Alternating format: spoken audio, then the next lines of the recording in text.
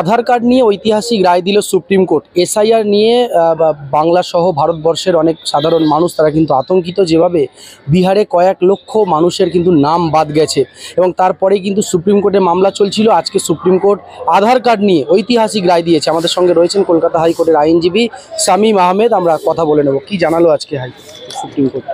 দেখুন, সবার আগে বুঝতে হবে যে আমাদের দেশ হচ্ছে প্রজাতান্ত্রিক দেশ। এই প্রজাতান্ত্রিক দেশে আমরা সংবিধানের বিধি মেনেই আমাদের নিজস্ব প্রতিনিধিকে বেছে নিই যে তারা রাষ্ট্র পরিচালনার দায়িত্বে থাকবে। তাহলে আমাদের নির্বাচিত প্রতিনিধি রাষ্ট্র পরিচালনার দায়ভার গ্রহণ করবে, এই অধিকার আমার আছে। এখন এইটা মাথায় রেখে যদি আমরা এটা ভাবি যে নির্বাচন কমিশনের বেঠিক সিদ্ধান্তের জন্যে, আমি এর থেকে বেশি হার্শ কথা এখনই বলতে চাইছি না, যদি একজন নাগরিক এই অধিকার থেকে বঞ্চিত হয় তাহলে প্রজাতান্ত্রিক রাষ্ট্রের কনসেপ্টটাই নষ্ট হয়ে যাচ্ছে, ডিস্ট্রয় করা হচ্ছে। নির্বাচন কমিশনার কি সাধারণ মানুষের স্বার্থ ভাবছে না? সে কথাই বলছি। তাহলে নির্বাচন কমিশন যাকে নিরপেক্ষভাবে নির্বাচন করতে হবে, যাতে এই প্রজাতান্ত্রিক দেশে আমাদের দেশের প্রতিটি নাগরিক তার নিজস্ব প্রতিনিধিকে বেছে নিতে পারে যে রাষ্ট্র পরিচালনা করবে।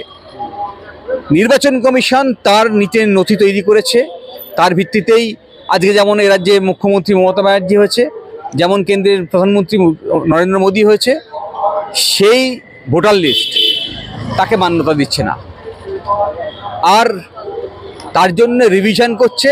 কারণ কি, যে যেসব ভুয়ো ভোটার ঢুকেছে তার তালিকা থেকে বাদ দিতে চাই আমরা। তার মানে কি ভুয়ো ভোটারের উপর ভিত্তি করে আপনি আগে নির্বাচন করেছিলেন? প্রথম প্রশ্ন।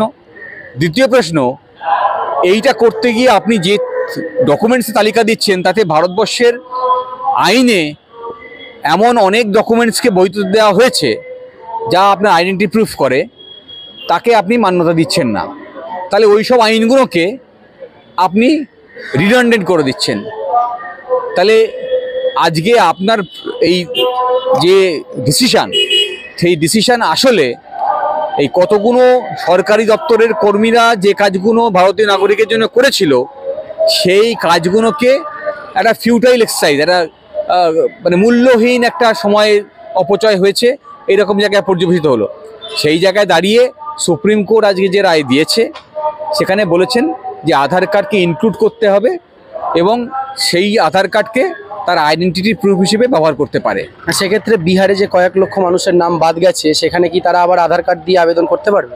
ঠিকই তো, বিহারের রেসপেক্টেই সুপ্রিম কোর্ট বলেছেন যে যাদের কাছে আধার কার্ড আছে তারা আধার কার্ডকে নিজের আইডেন্টিটি প্রুফ হিসেবে ব্যবহার করতে পারে।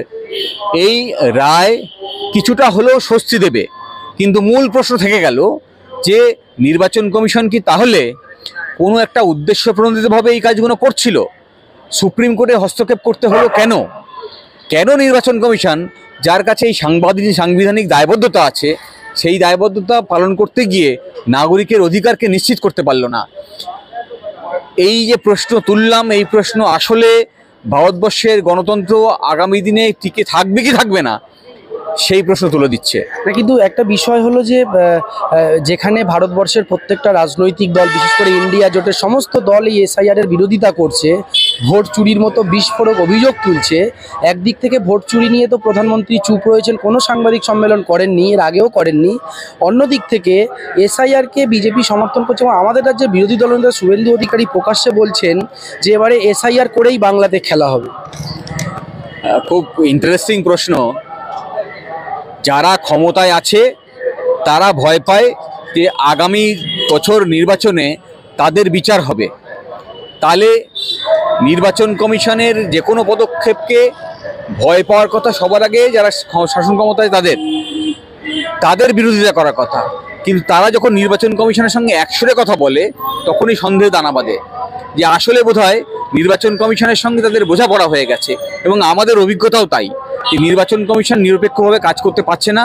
আমরা দেখেছি কলকাতা হাইকোর্টের ডিভিশন বেঞ্চের নির্দেশের পরও নির্বাচন কমিশন তাদের নিরপেক্ষতা দেখাতে পারেনি, সেন্ট্রাল ফোর্সও কাজ করতে পারেনি আইনের নিরিখে, ভায়োলেন্স হয়েছে, মানুষ ভোট দিতে পারেনি। এ পশ্চিমবঙ্গ না, প্রত্যেকটা স্টেটের একই গল্প। একই সঙ্গে আমি অবশ্যই উল্লেখ করব, রাহুল গান্ধী প্রেস কনফারেন্স করে যেসব প্রশ্নগুলো তুলে ধরেছে সেই সব প্রশ্নগুলোর একটারও উত্তর কিন্তু নির্বাচন কমিশন দিতে পারেন। তারা দায়বদ্ধ প্রতিটি রাজনৈতিক দলের কাছে যে প্রশ্নগুলো আসবে তার লজিক্যাল আনসার দেওয়া।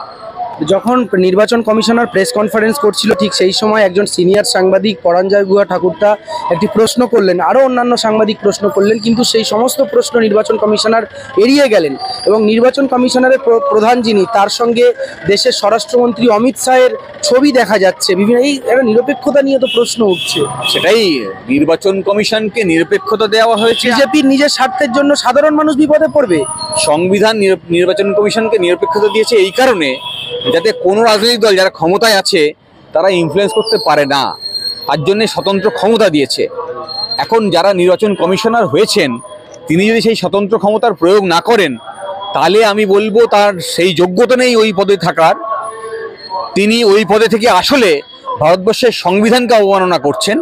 ফলে he is committing contempt to the existing lodge of our country. ফলে তাকে ইমিডিয়েটলি রিমুভ করা উচিত এবং ভারতবর্ষের জনগণের উচিত ওই নির্বাচন কমিশনকে ঘেরাও করে তাকে ওখান থেকে বের করে দেওয়া। এটা কি এক প্রকার বিজেপিরও পরাজয় বলতে পারেন এই যে আজকে যে সুপ্রিম কোর্টের রায়, যেহেতু তারা এসআইআর চেয়েছিল? বিজেপির নৈতিক পরাজয় তো বটেই, তার কারণ বিজেপি আর এই নির্বাচন কমিশন যে হাত মিলিয়ে কাজ করছে তা এই প্রেস কনফারেন্সে সাংবাদিকদের জবাব না দেওয়া, রাহুল গান্ধী বা অন্যান্য রাজনৈতিক দল যে প্রশ্ন তুলেছে সেই প্রশ্নের উত্তর না দেওয়া, সেখান থেকে প্রমাণিত হয়। ফলে এই নির্বাচন কমিশনের দিয়ে নিরপেক্ষভাবে আগামী দিনে নির্বাচন হবে বলে আমি সন্দেহ প্রকাশ করি। আচ্ছা, আপনারা তো একদিক থেকে এসআইআর এর বিরোধিতা করছেন, আবার অন্য দিক থেকে বলছেন যে মানে রাহুল গান্ধী যে অভিযোগ তুলেছেন যে ভোট চুরি করেছে মোদি বা বিজেপি, সেটাকেও সমর্থন করছেন। দুটো একসঙ্গে কিভাবে হয়? দেখুন, নির্বাচন কমিশনের দায়িত্ব ছিল, বারে বলছি, এটা রাহুল গান্ধীর দায়িত্ব নয় না নরেন্দ্র মোদীর দায়িত্ব। নির্বাচনের কমিশনের দায়িত্ব ছিল ত্রুটিহীন নির্বাচন করা, ত্রুটিহীন ইলেকট্রাল রোল তৈরি করা, নিরপেক্ষভাবে শান্তিপূর্ণভাবে নির্বাচন করা। সেই নির্বাচন যদি সঠিকভাবে করতে না পারে তাহলে ভারতবর্ষের প্রতিটি নাগরিকের অধিকার আছে সেটা নিয়ে প্রশ্ন তোলা। বিজেপি তো বলছে আপনারা চক্রান্ত করছেন বিজেপি এবং নরেন্দ্র মোদীকে গদি থেকে সরানোর জন্য। কেন এই চক্রান্ত? কি নরেন্দ্র মোদীকে ভারতবর্ষের জনগণ বিশ্বাস করে না, আর যদি বিশ্বাস করতো তাহলে নরেন্দ্র মোদীকে নির্বাচন কমিশনে আশ্রয় নিতে হতো না। ভারতবর্ষের নাগরিকের উপরে নরেন্দ্র মোদীর আর ভরসা নেই বলেই তাকে নির্বাচন কমিশনের দ্বারস্থ হতে হচ্ছে, তাদের সাহায্য নিয়ে নির্বাচন জিতবে বলে।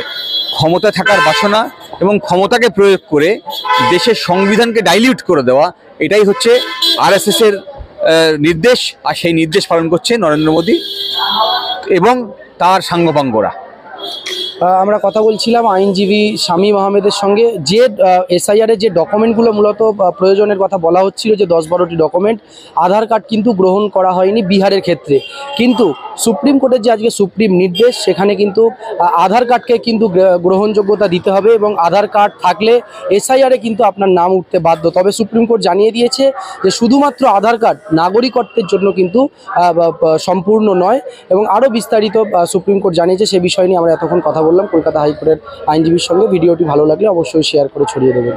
বিল পেমেন্ট বা রিচার্জের জন্য এখনো লম্বা লাইনে দাঁড়িয়ে সময় নষ্ট করছেন? তখন সবকিছু ডিজিটাল, আপনিও হয়ে উঠুন smart. Mobile recharge, DTH recharge, electricity bill payment, গ্যাসের বিল পেমেন্ট, ফাস্ট্যাগের মতো সমস্ত কিছুই এখন হাতের মুঠোয়। এমনকি প্যান কার্ডও বানাতে পারবেন খুব সহজে। আর প্রতিদিন স্ক্র্যাচ কার্ডের মাধ্যমে জিতে নিন লাকি গিফট। বন্ধুদের রেফার করেও ইনকাম করার দারুণ সুযোগ পাচ্ছেন আপনি। তাই এখনই গুগল প্লে স্টোর থেকে KDSP অ্যাপ ডাউনলোড করুন আর আজই কাজ শুরু করুন। বিস্তারিত জানতে স্ক্রিনে দেওয়া নাম্বারে যোগাযোগ করুন অথবা ভিজিট করুন স্ক্রিনে দেওয়া আমাদের অফিসের ঠিকানায়।